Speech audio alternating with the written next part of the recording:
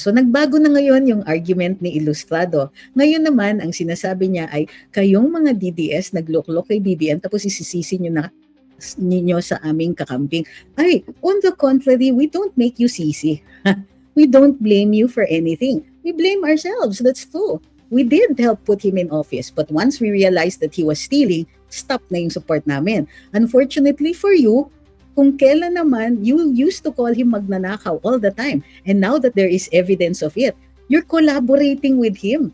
So really, what does that show with regard to your standing here?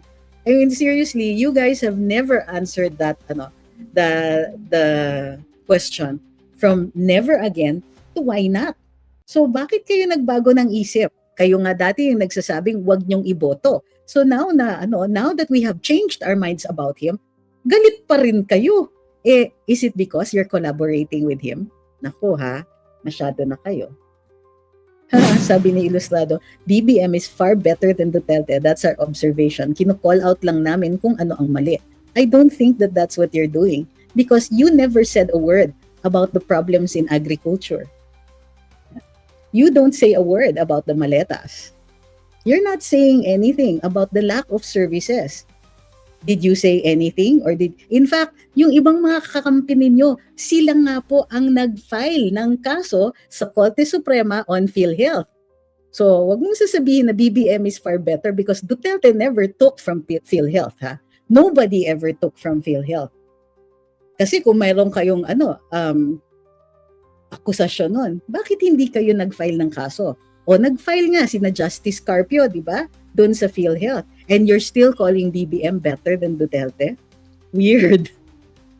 And so now, Ilustrado 2, our resident troll today, is resorting to ad hominems again. Ginagawa na kayong tanga ng mga Duterte. Sabi niya, DDS, mag-research kayo. Ginagawa na kayong tanga ng mga Duterte. Again, what is this? This is not an argument.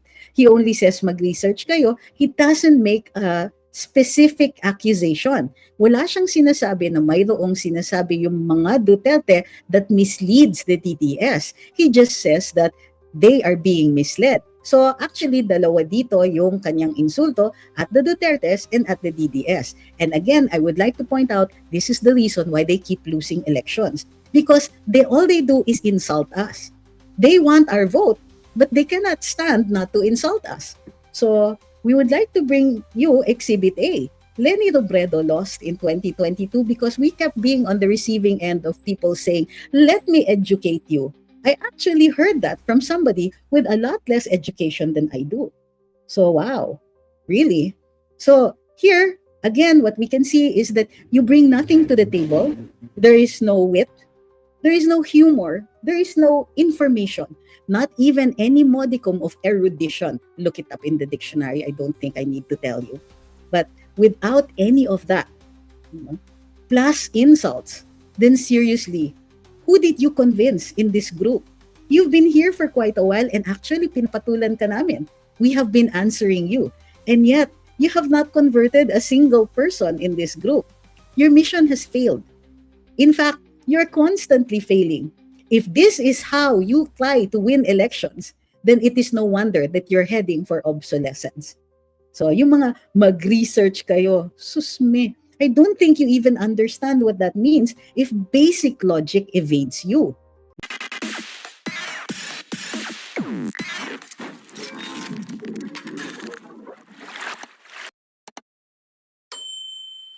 Sabi ni Miss Rain, magpapamigay ng food pack ang DSWD, sabi ni BBM. Kasi daw malapit na mag-expire, kaya dapat ipamigay na. Ha? Seryoso? Sinabi ba niya yun? Hi kay Dalirda, thank you for all you do for PRD, VP, and I, and us who support them as well.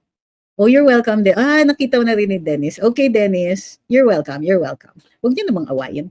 Sabi ni Kay, finally, nakita rin po kita. Voice niyo lang po naririnig ko kasi po my brother is always watching you. Ay, ganun. Ba't hindi kayo nakakapanood?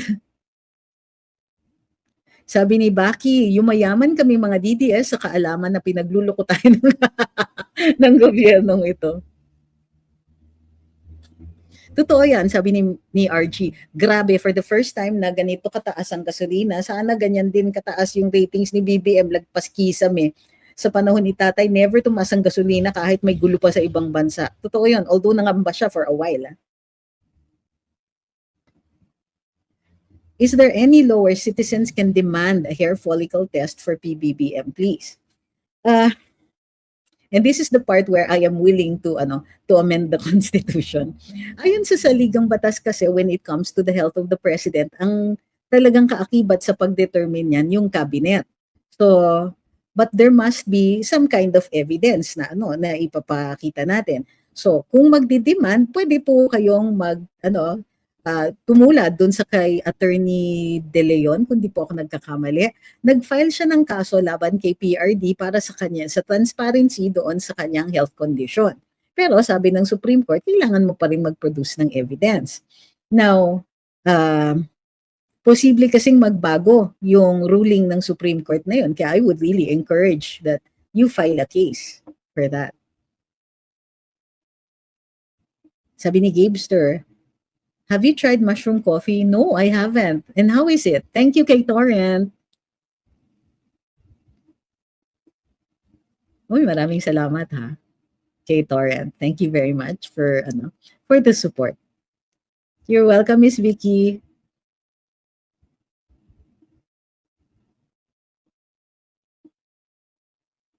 Sabi ni Rogie, yung Pinklawan, mabait talaga sa mga adik. Yung ba rason, kaya mabait sila kay kay Mr. B, naisip ko lang. Well, I understand why you're thinking that way. Not so Harvey, hindi ko po pinapansin kasi hindi ko siya kilala. And I know that she was a guest sa The Spokes, but I think I'll leave it at that.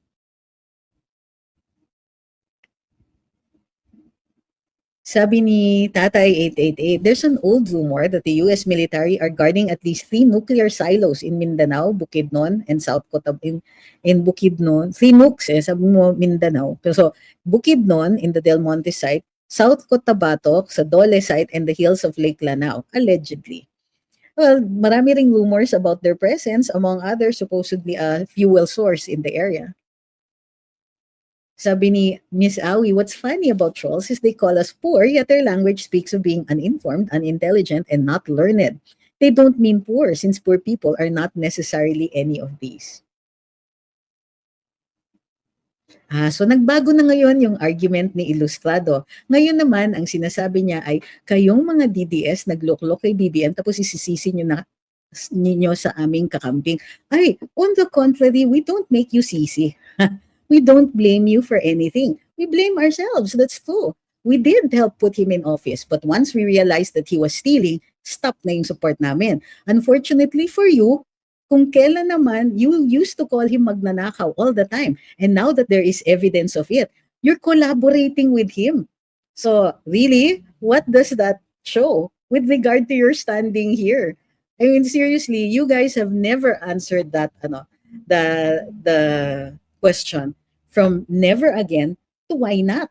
So bakit kayo nagbago ng isip? Kayo nga dati yung nagsasabing wag niyong iboto. So now now that we have changed our minds about him, galit pa rin kayo. Is it because you're collaborating with him? Naku ha, masyado na kayo. Ayan.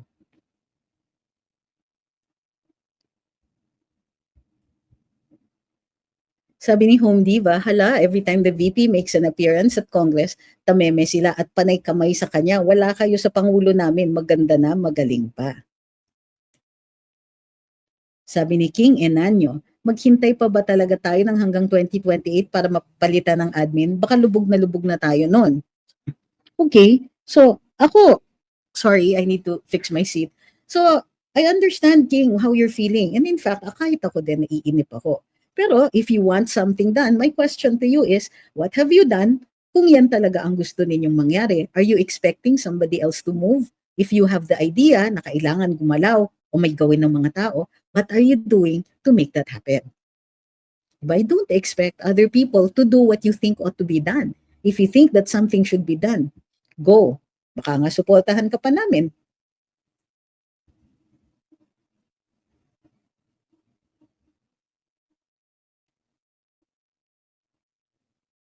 Sabi ni Ilustrado, BBM is far better than Duterte. That's our observation. Kino-call out lang namin kung ano ang mali.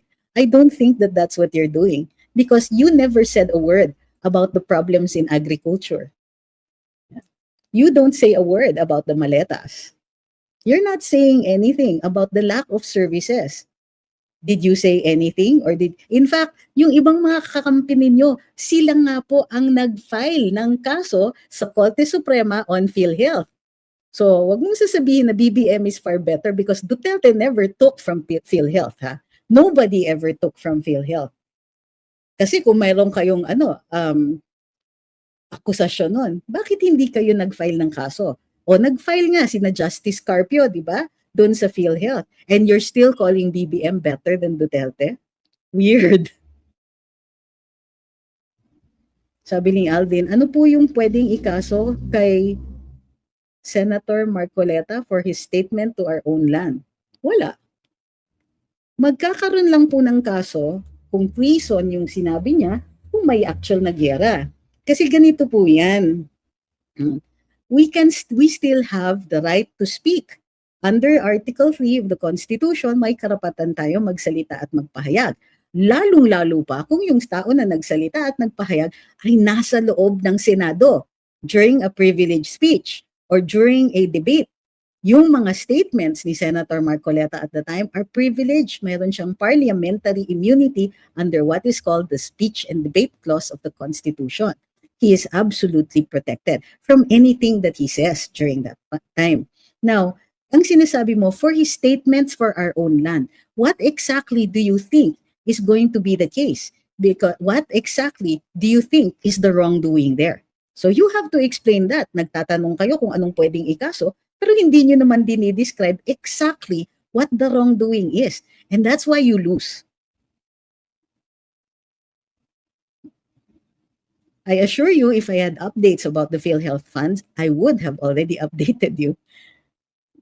Sabi ni Mark Angel, malaki ang pondo nga ng PGH nung panahon ni PRD, kaya never pinakialaman ang PhilHealth.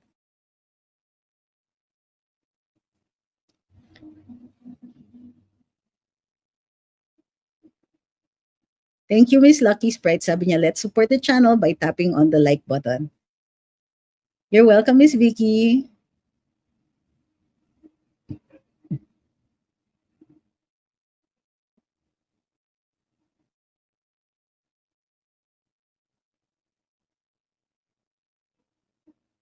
Sabi ni Miss Marjorie, how can you be cool like that? Hindi ko kaya yung ginagawa mong calmness. Well, the way I see it is that an election is coming in 2028. And our job is to continue to support VP if we want her to win for president. And if we do, what we also need to do is to get more voters for her, more people to vote for her. Now, these trolls, most likely, if they really believe in what they're saying, we might not be able to change their minds.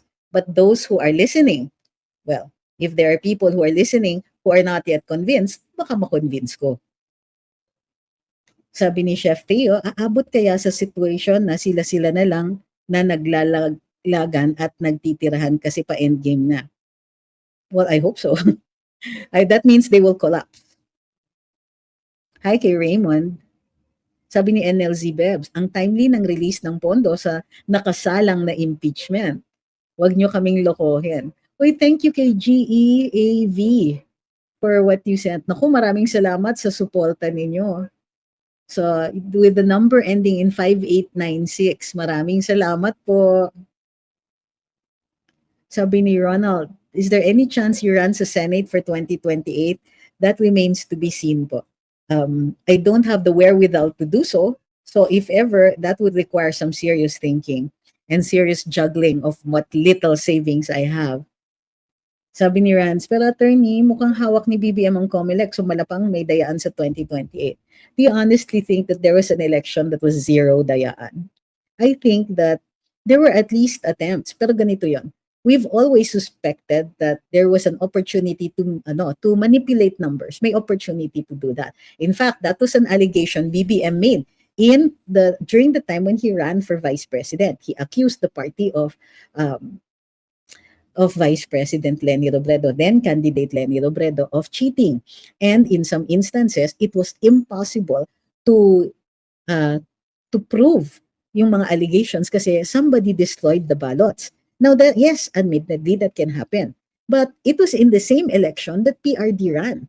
Now, sure ako that there are certain people whose interests ran against Duterte victory and that they would have tried to take him down. And yet he won. Okay? We have been winning elections since 2016, the DDS, 2016, 2019, 2022, and 2025.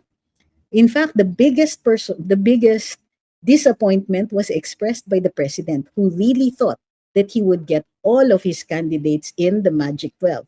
That didn't happen. So you really have to stop thinking like a victim na we're always at the mercy of something. Pero yung totoo niyan is that we have been winning. So it means that we have to, but it does mean that we have to win by a significant margin. And so now, Ilustrado 2, our resident troll today, is resorting to ad hominems again. Ginagawa na kayong tanga ng mga Duterte. Sabi niya, DDS, mag-research kayo. Ginagawa na kayong tanga ng mga Duterte. Again, what is this? This is not an argument. He only says mag-research kayo. He doesn't make a specific accusation. Wala siyang sinasabi na mayroong sinasabi yung mga Duterte that misleads the DDS. He just says that they are being misled. So actually, dalawa dito yung kanyang insulto at the Dutertes and at the DDS. And again, I would like to point out, this is the reason why they keep losing elections. Because all they do is insult us. They want our vote, but they cannot stand not to insult us. So we would like to bring you Exhibit A. Lenny Robredo lost in 2022 because we kept being on the receiving end of people saying, let me educate you. I actually heard that from somebody with a lot less education than I do. So, wow, really? So here, again, what we can see is that you bring nothing to the table. There is no wit. There is no humor. There is no information. Not even any modicum of erudition. Look it up in the dictionary. I don't think I need to tell you. But without any of that, plus insults, then seriously, who did you convince in this group? You've been here for quite a while and actually pinapatulan ka namin. We have been answering you. And yet, you have not converted a single person in this group. Your mission has failed. In fact, you're constantly failing. If this is how you try to win elections, then it is no wonder that you're heading for obsolescence. So, yung mga mag-research kayo, susme, I don't think you even understand what that means if basic logic evades you. Now, siguro we've spent enough time on you. You clearly have not brought anything here. At the very least, sana, you could have been entertaining. You might have been able to charm some people here para gumaan naman ang loob namin doon sa mga kapartido mo. No. Fortunately, in this page, we have always welcomed the pinks. In fact, many of your group mates have actually told us that they are now willing not just to listen to us, but actually to vote for Inday Sara. So, ayan na. Now, sinasabi nila, it's the lawyer card. Last patol. Attorney, you are a lawyer. Oh, you know what is wrong and what is right. Wait. Okay, why do you tolerate the Dutertes? That it is precisely because I am a lawyer that I understand the legal processes and I understand the logical fallacies that you have been using and the people you work with or the people who share your political views have been using. Okay? You have been ad homineming your way since 2015 during the campaign period for which you lost. Mara has lost badly to a Duterte. Try to think why that happened. Don't lawyer card me and say you know what's right and what's wrong. In an elections, it's the majority that wins and you have lost the majority. Stop telling us that we're wrong. Because the truth is, we've won. Even now, when you are resorting to these lame excuses, you don't even tell us what you consider right or wrong. You're not making an argument. So this is your tuition for today. If you listen to me, you might succeed in your campaigns. But I am banking on you not listening, or that many of your friends will not listen, although a significant number are actually here and watching you. Okay? Because I have been told by many of the pinks, many of whom are my friends, is that you do listen. Many of the pinks make tambay here, and it is a sad fact that you must accept, Ilustrado. Many of your friends have now crossed the border. They're in our grounds now, and they are voting for VP Inday Sara. So I think time for some soul searching on your part. There has to be a reason why we're winning. And you never, ever bothered to see our side of it. That's what's wrong with you. You you say things like, why do you tolerate the Dutertes? As though you know everything already. And it's simply a question of us tolerating? No, no, you don't even bother. So that's your problem. You have not bothered to break it down, to figure out. Remember who the DDS are. We were fringe. We were on the outside. Namayagpag ang mga politicians ninyo. They listened only to one group, an elite group that already disconnected itself from the rest of the masses. So it is really sad to see that a byproduct of liberals or possibly a liberal education has stooped this low to insults, to to hackneyed phrases. You've never bothered to learn.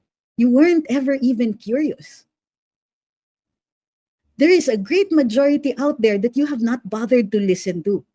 And again, at the cost of repeating myself, you ignored a population that you need to win. Hi kay Jack, sabi niya, love your straight hair sa Bilyonaryo interview. Well, it's still straight. I just ponytailed it.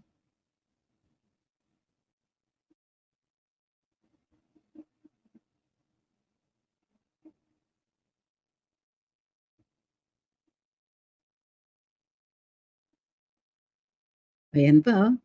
You've won because of disinformation. Again, generic statements don't convince anyone, Ilustrado. You haven't bothered. Again, yun yung difference natin eh. Kasi kami, we listen to what the criticism is. And then we do research. And then we answer. We can go into specifics. You don't. You again, like many of your friends, you've come to a battle of wits unarmed.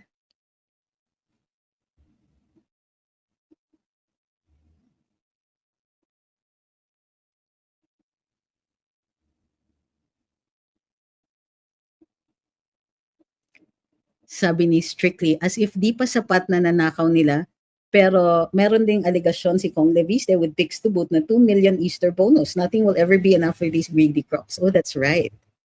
Sabi ni Miss Mia, sana na-record ko itong mga statements mo, ma'am, para magaya one time sa mga arguments. Ma'am, this is recorded. You will be able to watch this on the replay both on Facebook and on YouTube.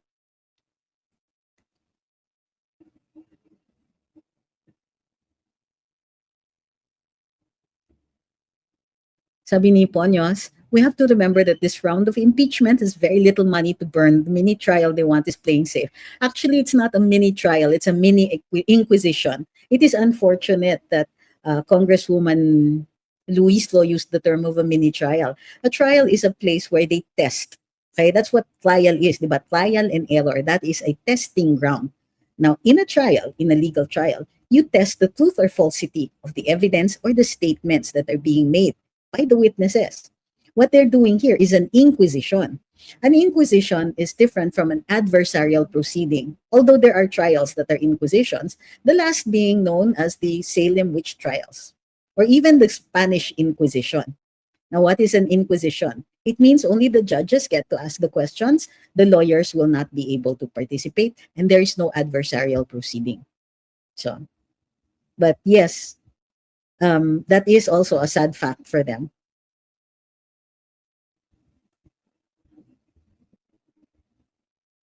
Sabi ni Miss Nene, ito pa talaga ang gusto ko sa inyo. You boldly yet calmly speak our minds clearly and you nailed it. Love you. Oh, thanks. Sabi ni Cholo, ang mas magandang tanong sa kanila is, why are they tolerating the yellows and their narratives? Totoo din yan. Why are they so willing to accept things that are not yet facts and are in fact participating in trying to establish non-truths as facts? Hi. Sabi ni Miss Lucky Sprite, hi, trolls, do something better with your life. Sabi ni JR Felix, may bonus na yan, troll attorney. Alam nyo, sa totoo lang, if they really need the money, I will not begrudge them na kumita sila. But it is important for me to bring out that information. It is also important for me for you to see how we can talk to them. We don't have to fight them. No need to, to crush them with our insults, although many DDS are very, very good at that. It is sad that this person has neither the wit, the wherewithal, no, neither the wit, the information, or even the logic. Nothing is brought to the table. So we have done our part. We have explained our part. And it is clear that they are unable to discourse with any modicum of, I don't like to use the word intelligence, but I think that's what it is. Okay, last issue. Sabi ni Ms. Peachy, it pains me to know that the BBM Mafia is planning to sell Makati Mile Long property that PRD fought for so hard to give back its ownership to the Philippine government. No, it wasn't ownership. The persons who were leasing it were not paying. They started paying, but a very small, a modicum amount at the start, and then they just stopped paying. So he took it back and then sent them a bill, which for the first time happened to the elites of Makati. It's never happened before to certain families who have been freeloading on the government for very long, for a long time. So I hope Ilustrado is listening to this one. So when we got Mylong back, a bill was sent and it was offered again for rent. So now, this is part of our discussion earlier. Now, one of the things that bothers us right now is as the government sets aside funds or identifies funds supposedly to help us get through the crisis, we are also very aware of red flags in the purposes for these funds. Now they are using this current crisis as an excuse for selling government property, which could very well make money for us through long-term leases.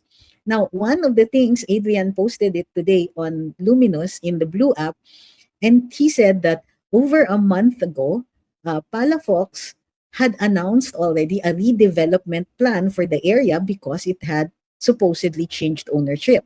So the question is, ngayon pa lang ba yan going to be, is it just now that it's going to be held out for bidding, or has it already been sold and they're just using the cover of this crisis to justify it?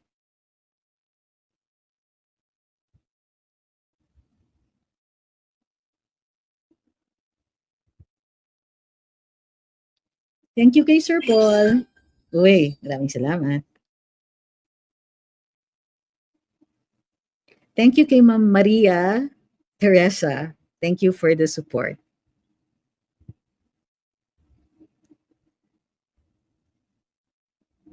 Sabi ni Baisel, I didn't pay much attention to politics in the Philippines before, but when VP Sara was impeached and PRD was kidnapped, I did my own research. No bias, no color. I'm firmly on the side of the Dutertes now. Well, thank you. And it's good to have you here.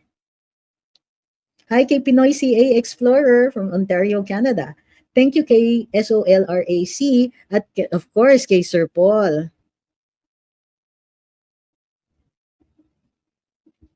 Bong Fincalero says gas and oil fields in the Middle East are now burning. Tapos ang Pangulo natin ay sasabihin pang normal ang sitwasyon. Patuloy lang talaga ang mga pambubudol as if there's no sense of urgency. Thank you, Golaisky. That is true. I agree with this. Sabi ni Leonardo, most of the politicians in the Philippines Congress are exerting their efforts on the impeachment procedure instead of addressing the economic problems. Get it over with. Maski ano ang mangyari, the Duterte supporters will prevail. What a waste of time and money for Filipinos. Hi kay Cairo, and thank you kay Solvac, or Carlos, actually. Thank you very, very much. Nice.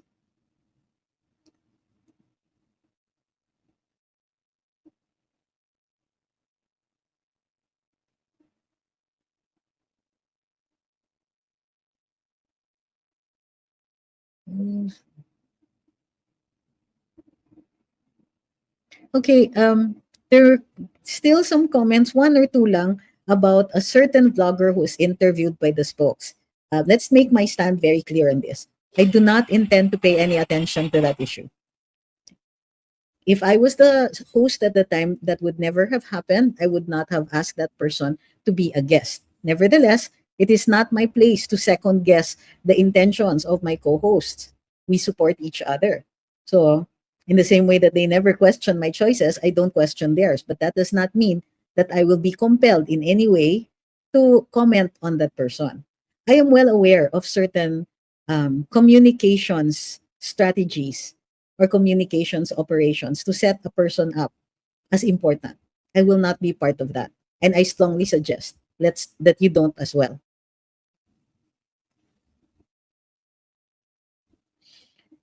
Sabi ni Sound Archive, anong masasabi niyo about sa pagbawi ng lupa sa mga ati? I was one of the first to talk about it. And unfortunately nga, wala pa po siguro kayo dito, pero matagal na po namin kinall out yan at the start. And even during the time when Noynoy was president, nung hindi pa yan ginagawad ni PRD, may pinatay sa kanila. Isa sa kanila, yung isang nagka-college na miyembro ng tribo na yan, na dahil sa kanilang paninindigan na doon sa isang lupa na ginagawad na dapat sa kanila, inaagaw pa nung katabing hotel. So matagal na po ako nagsalita tungkol dyan. So yun nga, it's unfortunate na hindi nyo napansin na matagal na po namin tinatrabaho yan. Pumunta pa nga ako sa Boracay. The first time I ever went to Boracay for principles. My principled stand before was never to go to Boracay because at the time, grabe ang panggigipit sa mga ati who own the whole island of Boracay. Technically, that should have been ancestral domain. So, ginawaran na sila ng lupa, dinagdagan yan ni PRD because at some point, binubuli na sila nung mga katabi nila who wanted the prime beachfront property to be theirs. So, tumulong pa ako doon sa pag-imbestiga nung pumatay doon sa isang ati. Kaya nagpasalamat ako kay PRD na ginawaran sila ng lupa. But it's not just that one land of the ati, one piece of land of the ati. Meron din iba that was na inagaw din at kinoconsider yun kasi na farmland. Kailangan kasi ng lupa ng mga ati na pwede rin nilang taniman. So, one case is for ancestral domain. One case is for private land, not in the concept of ancestral land or ancestral domain. So, it was one of the first things also na nangyari in the Marcos administration. 2022 pa lang nag-umpisa na yung mga proseso para kunin yan.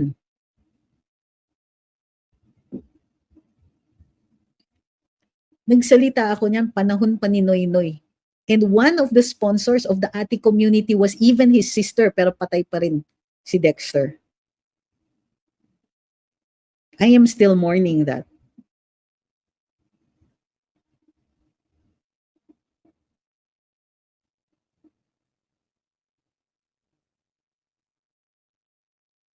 Hi kay Miss Kay. Hi kay Diego.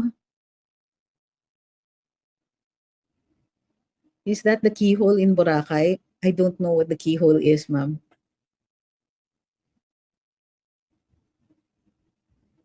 May idea po ba kayo nung paano napawalang visa yung CLOA or title or ownership na ginland?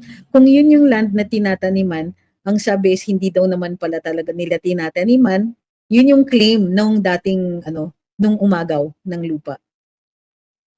Wala daw talagang tunay na tanim. So, remember there were two property. One is the beachfront property and yung isa yung tinataniman. So, ang alam ko, yung pinaka na-publicize was yung tinataniman kasi yun yung talagang may titulo na binigay si PRD na binawi.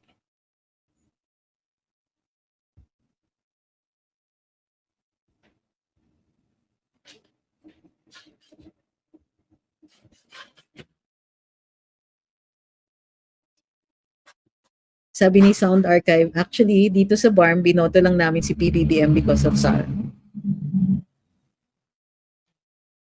Sabi ni Yong, what if the Committee on Justice in HOR keeps on making hearings or investigations or whatever you call it? Isn't in the impeachment rule?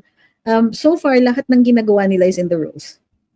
Except for yung mga motions, which Attorney Mike says, pwede silang mag-issue ng compulsory orders. Pero I would question the granting of orders to open bank records. Sabi ni Gabester, talagang ang plano ng B-admin is to destroy all PRD's works. Yep.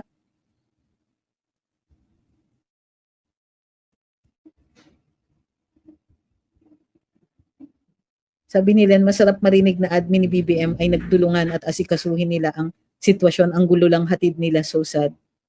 Ano naman ang inasikaso nila, ma'am?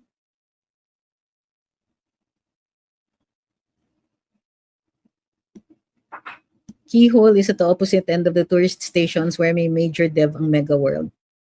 Nasa dulo siya, yes.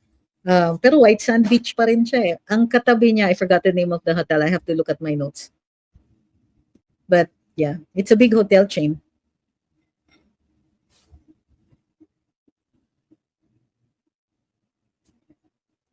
Sabi ni Miss Kay, nire-record ko yung pagbati mo kay Diego kapag team replay ako. Sabi niya, love na love mo daw siya.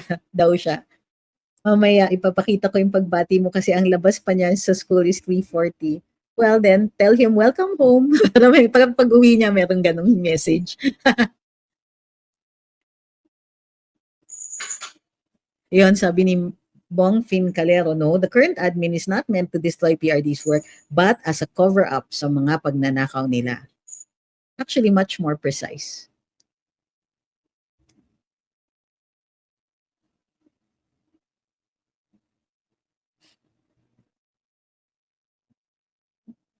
Yes, White Sand, totoo yan. Well, yes, dun sila. Hanapin nyo yung area kasi yung mga madre nag-aalaga sa ati community. Yeah, you know the reason I was there? I was there as the counsel, as lawyer for the NCCA. So, they wanted me to see what can be done. Pero bawal kasi ako to file the case on behalf of the atis. But, also, I needed to justify why the NCCA was interested. We were actually interested kasi nga, it's a cultural community. Alam mo, tinanong ko kung nakakaano pa nila, do they still conduct their rites, yung mga rituals nila, yung mga traditions nila. Alam mo, ang sabi sa akin, yung tribal leader nila, babae, sabi nila sa akin, attorney, ang buhay namin napakahirap. Sa araw-araw, ang buong araw is dedicated just to survive. Makahanap lang ng either enough money or enough food for the day. Talagang I felt so bad for them. Nasabi ko, may mga Pilipino, kapwa Pilipino, who live like that. So, sabi nila, dahil sa sobrang hirap ng buhay nila, hindi na nila naaalala yung kanilang mga practices. Hindi na nila naaalala ang mga tradisyon nila. Parang nag-disappear na ang kultura nila dahil na lubog sila sa kahirapan. Kahit yung mga madre, kinausap ko, sabi nga nila, right now, they're trying to focus simply on making sure that they survive. This is the Ati community that actually owns the entire island of Boracay. They are the ones who named that island. Boracay is an Ati word for beautiful. So, ang ginawa namin is we talked to other Ati communities na malamang na, which they were part of sometime in their past, para ma-recreate or they remember or at least maturuan sila what they were, where they came from, para hindi nila, ang maaalala na lang kasi ng mga anak nila is nanggaling sila sa matinding kahirapan. Kasi kaakibat ng pag-aangat sa kanilang estado sa buhay, ang pagbabalik ng kanilang mga tradisyon so that they will remember who they are. They will always be different eh. Pero ang gaganda nila they're dark skinned, yes, but their skin is so clear. I don't know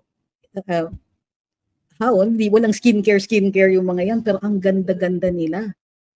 At least yung skin nila pakaganda. So, pero napakalungkot.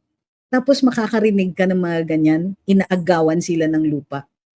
Hindi na, the mere fact na binibigyan pa sila ng lupa is already a travesty because this is land that they've already owned for generations before. This is land that has always been there. And for me, that's quite, sabi nga ni PRD nun hindi niya binibigay yung lupa, kinikilala niya na kanila yun. Because he's not in a position to give them. Alam mong sinabi ni Makling Dulag dati, para sa katutubo, ito yung sinabi niya, is that people cannot own the land. You cannot own something that outlives you. The land owns you. Tao ka ng lupa. So, can you imagine? That's why. And I hope nakikinig dito si Ilustrado. It is stories like this that make us, that solidify our faith in Duterte.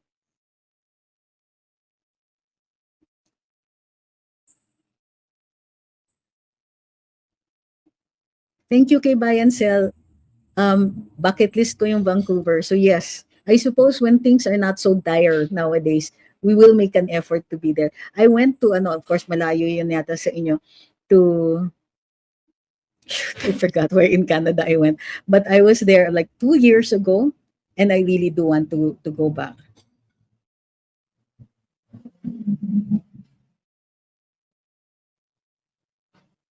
Sabi ni CTM, is there a chance that Sarah would be okay to adjust ang tax law natin? It's too much, ang hirap na. I am very sure na pag-aaralan yan. Actually, di ba, si PRD, in-adjust na niya yung plain law. Now, I think that when Sarah becomes president, she will execute it to the fullest. Kasi may mga kompromiso yan. Yung plain 2 was supposed to make all of the corporations pantay-pantay lang. So, yung iba, if you get a tax break, you won't get a permanent tax break katulad ng ginagawa ng ibang mga oligarch-owned industries dyan na parang binubuhay natin sila. Parang yung buwis ng bayan, imbis na makakolekta sa kanila, abay, binubuhay natin yung kanilang negosyo. So, kailangan i-fully execute ni VP Inday yan, and then add to the other reforms that are needed.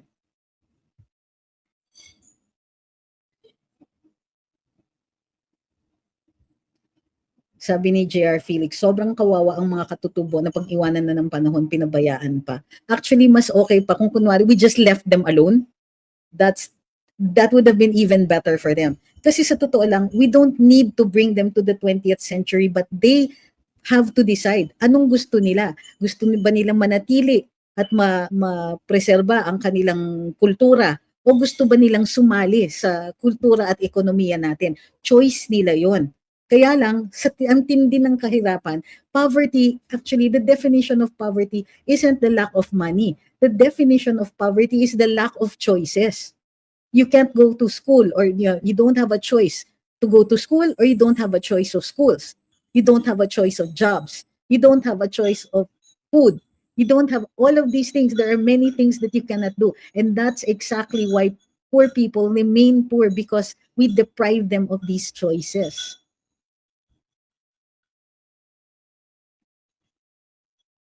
So, ayun, maraming salamat sa lahat ng sumubaybay sa live natin ngayong araw na ito.